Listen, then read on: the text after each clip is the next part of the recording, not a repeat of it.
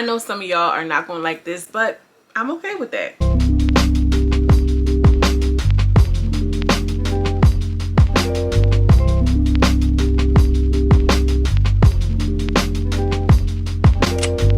My loves, your related girl from around the way, where we have culture, conversation, and community. And in today's video, I'm coming to y'all with a little something different. Okay, I'm trying to do things differently and grow on YouTube, so make sure you guys like this video and subscribe if you like this type of commentary from me. Now, I never do unpopular opinion videos because I feel like it's overdone, but I said fuck it, why not? Okay, so I've originally had an unpopular opinion about Krishan and Blueface, but I scrapped it. And in 2023, I'm no longer scrapping anything. If I put this shit, take my time to do it, I'm just gonna put it out. That's gonna be my rule that I'm holding for myself, and that's just what it is. So here we go. Let's just hop right into this unpopular opinion. Now, I want y'all honest feedback, if you agree or disagree, and we can get the conversation going. But here we go. I feel like the natural hair community played in our faces. And I feel like I was a part of like the YouTube community when it was just like, you know, like, oh, there were like staple natural hair girls in the community, but like somehow or another it shifted to like 4B, 4A type of like hair textures. I know a lot of people talked about that, but like even now I feel like there are so many girls who are reverting back to getting perms, although we all know that it's linked to cancer and all types of stuff, and we are just so like involved in like this whole white girl aesthetic, period. And I feel like even if like you don't want to be, even if that's not who you truly are, you have to participate at some point. What do I mean? If I go to a job interview, I'm not going to show up with my locks. I'm just not. Maybe once I get the job, but not the initial reaction, because of the overall world perception of natural hair and how it grows. Like I feel like we are not super accepting of how our hair grows. I don't think that the men that we they are accepting of it. Therefore, we try to strive to have this look. Even if we have a natural ponytail, we have to swoop it. Like that is all stemming from wanting this looser textured hair. And honestly, I'm to the point where like I don't even like to have hair conversations because it's just ass at this point. Like a lot of people don't even know where they're going. They just go for a style. They don't go for hair care, and it's just trash to me. Do what you want to do with your hair outside of a perm. I just cannot stand behind it. But girl, most girls have natural hair underneath protective styles anyway. I just feel like as a black woman, when you take your weaves and wigs and things out, make sure you have a staple style that you can go to, that you can rock out and look just as equally as beautiful, even if the world doesn't perceive you as beautiful, just so you know, yeah, I got this. The next unpopular opinion I want to talk about is the black moms. I feel like so often we focus on like the black fathers, which we know, girl. But I feel like there is like this unspoken thing of like black moms who be trash as fuck too. And I feel like it stems from them kind of like bearing the brunt. You can get up and walk away from his whole family. We just don't know nothing about it. We can romanticize who we thought our father would be, but we don't truly know, which left the mom stressed out, overworked, tired. She bringing in Tyrone and Chester's the monsters in to try to help her with the bills, or to try to provide a little bit of protection to her children, not knowing she's bringing in predators. There are just so many things. Or like to the moms who are emotionally abusive or emotionally unavailable. I feel like a lot of times don't have the whole like black mom, black daughter trope conversations. I really just feel like there are a lot of black moms who are equally as counterproductive and counterintuitive as absent black fathers, but because they weren't there, and the moms usually were the ones who had to stay, moms, grandmoms, or whoever, we just kind of deal with like, oh well, that's mommy, you know how mommy is, and she did the best that she could. But I feel like it's a lot of trash moms out here too that just don't even get any type of conversation being had, because at least they were still there. Baby mama culture. Okay, so listen, I feel like there is this new age woman who feels like if I have enough money and I can secure myself, I can have a child without even considering the child's father. And I feel like there is this group of traditional women who are like, but you still need to be married and blah, blah, blah. Like I am kind of in between. Like I am traditional in a certain sense where like open the door for me, you know, like I'm still a woman at the end of the day. I don't care how I show up in this world. Like you my man, you need to know. But I also feel like if push came to shove, bitch, I got this shit. My kids gonna be straight. You feel what I mean? So I understand how like Black people need to have a nuclear family. Black people need to have Black men present in their lives. And mind you, I'm not just saying like Black kids, but Black people in general. We need to have men in our lives. If you got an elderly grandma, she might need somebody to come with her to the car dealership or to the car mechanic. We need Black men present. But it doesn't necessarily mean that you have to stay in an abusive relationship. I feel like what people are talking about as baby mama culture, they are spinning the narrative. What I think is Black women are tapping into their power and realizing, hey, I have enough tools and skills to rear my family in the way that I need to without having to deal with or subject myself to abuse or a lack of whatever in a relationship, which should be celebrated. Now, granted, we need to have better, you know, options and standards and pickers and this, that, and the third when we decide to mate with somebody. And I'm not talking about, you know, this so-called welfare queen. It's not a real thing.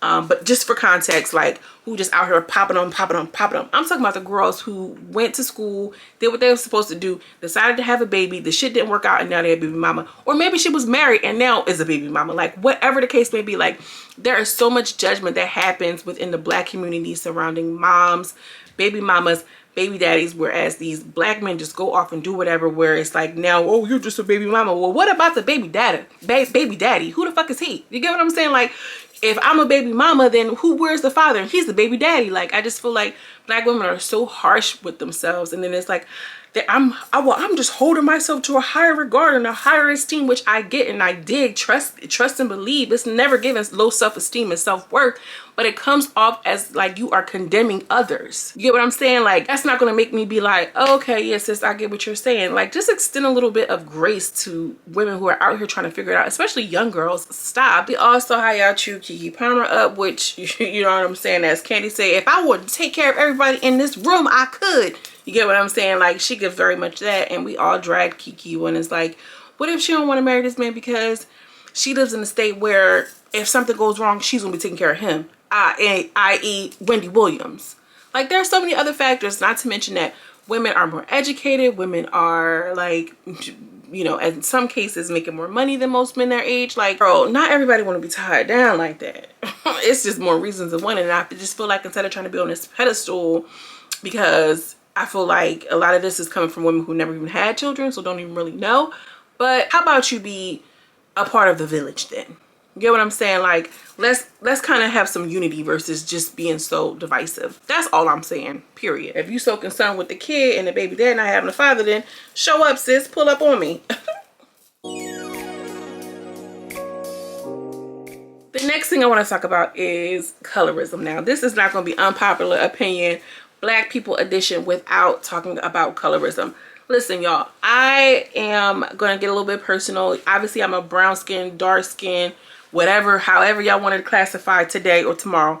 And I come from a family of very, very high yellow, high yellow Black people. You feel me? So there's this misconception that Black people, when you see people that look like me and they talk about colorism, is coming from a place of hatred and this, that, and the third. And it's never giving that. It's never given that. Not because, one, because I'm not like that, and two, because a lot of the women in my family are very, very like fair skinned, who I love and who I never even was truly aware of colorism until I went to college. For real, y'all. And that's a whole nother story. But yeah, like, it really wasn't a thing to me in my mind, because when you live in the hood, which we did at one point, you know, you got Black people, you got the Spanish people, and you got a couple of white people mixed in. Like, it really didn't give that. Like, the Spanish girls weren't light skinned. It just was a different time, especially like in the 90s. I'm going to continue to talk about colorism because colorism is the sister to racism. Simple like that. And as Black people, we need to continue to have the conversations, continue to educate people. No, it's not tired. Oh, you getting tired of it. We're prepared. I'm going to continue to talk about it because people need to know, so that way they can correct their way of thinking, how they are rearing their children, the images we allow ourselves to see. I was just watching a cartoon, and not even watching a cartoon, reading a book about the trolls. And Princess Poppy, obviously she's pink, but like whoever they were talking about, the rock troll, whatever the case, y'all ain't even gonna notice if y'all ain't got kids. But the point I'm trying to make is everybody who's evil or the villain has dark skin. Like, these are the type of things that are going into my baby's subconscious. And if I'm not aware of that, the cycle will continue to go on. So we need to have these conversations so we can stop it at some point or start to shift, period. I think that a lot of creators are using colorism conversations to clickbait, for shock value, for this, for that. And it really does drag it. It really does. But there are a large portion of creators here on this platform and others who I see will talk about it in a way that makes it make sense. There is no such thing as reverse colorism. Colorism is prevalent. You can say that it's not, but it's all around. It's like saying racism isn't real. It's a very real thing. You may not understand the effects of it. You get what I'm saying? People on the plantation didn't realize that they were slaves. It doesn't make slavery not real. Come the fuck on. Like, be fucking for real. So I'm going to continue to talk about colorism, and in a way that is beneficial to everybody involved. Point blank, period. And y'all can, you know, people like to say, oh, why are you da da da da, and you're just, it's never giving that. It's more or less giving, this has my people in a shackle and in a chokehold, and we need to stop. And if I have a little bit, and I've done a little bit of work and I've done a little bit of research, I'm going to share, because you never know who might hear and start to switch and start to think. Or even if the people who are like on the opposite sides, for Black moms, for Black girls, for Black young girls, for Black old girls who have struggled and who have dealt with, y'all don't realize how people have had struggles in their life for real, even with just not like being bullied, but how they feel about themselves. You get what I'm saying? Like, I've had people email me like, yo, this is crazy because da da da, this, that, and the third. Like, it's going to affect people in a positive way to affirm and to be like, you are beautiful and that was wrong. And people are only saying this because of XYZ. And I'm not going to gaslight you and say it's not real and it's not a real thing. We're not doing that in 2023. Period. And that's on eradicating colorism.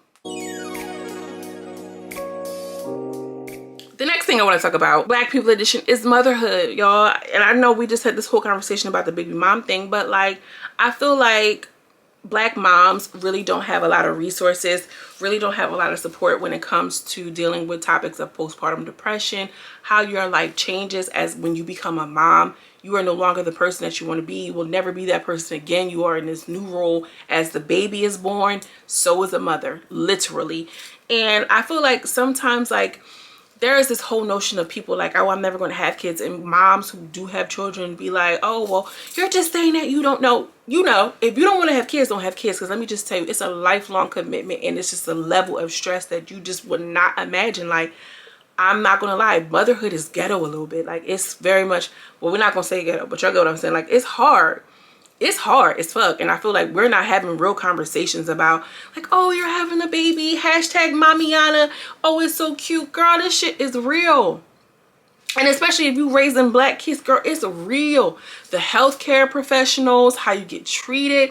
Girl, I can name stories of when I was going to get like my prenatal care, whatever the case, and I would show up alone, how I would get treated versus when my partner would come with me. Oh, the whole shit switches up when a man is present, which it's just so much. I can just go into like the girls, nurses, even delivering the baby, and then when the baby comes home, and then you have all these people who want to tell you, oh, you need to do this, but you're trying to do things differently for your baby. Girl, motherhood is a lot, and I am telling you, this shit can wait. If you are in your early 20s, you do not need no kids, and if you are in your early 30s, you do not need no kids. I'm saying that for real. Like, if you are on the fence with your partner, don't have no baby. Don't do it. Wait. You get what I'm saying? I feel like a large portion of us are being smarter and we're waiting longer. Stop getting in your mind, oh, I have this time clock and it's going to take me. Obviously, it's nature, it's biology, but be fucking for real. Because once you have these kids, you're going to have them for the rest of your life. Hopefully, if it's in God's plan. But it can be lonely. It can be draining, and it just rocks your life. And there are not enough conversations about how scary, ugly, hard, annoying, sometimes intolerable motherhood can truly be. I said what I said. I'm not saying I don't love my kids and I'm not a great mom and I'm happy I have them, because of course, girl. But I'm gonna be fucking for real, and I'm gonna keep it real with y'all. Like, I feel like there's a new age of women, the millennials. We're trying to do things differently with our kids, and shout out and kudos to us. But like, mental health resources need to be made available. You need to have like a strong community, even if you can't get it from your partner, from your mom or whoever. You need to have that person to be like, sis, I got you. You get what I'm saying? Like, it's a lot of unlearning. There's triggers that come up.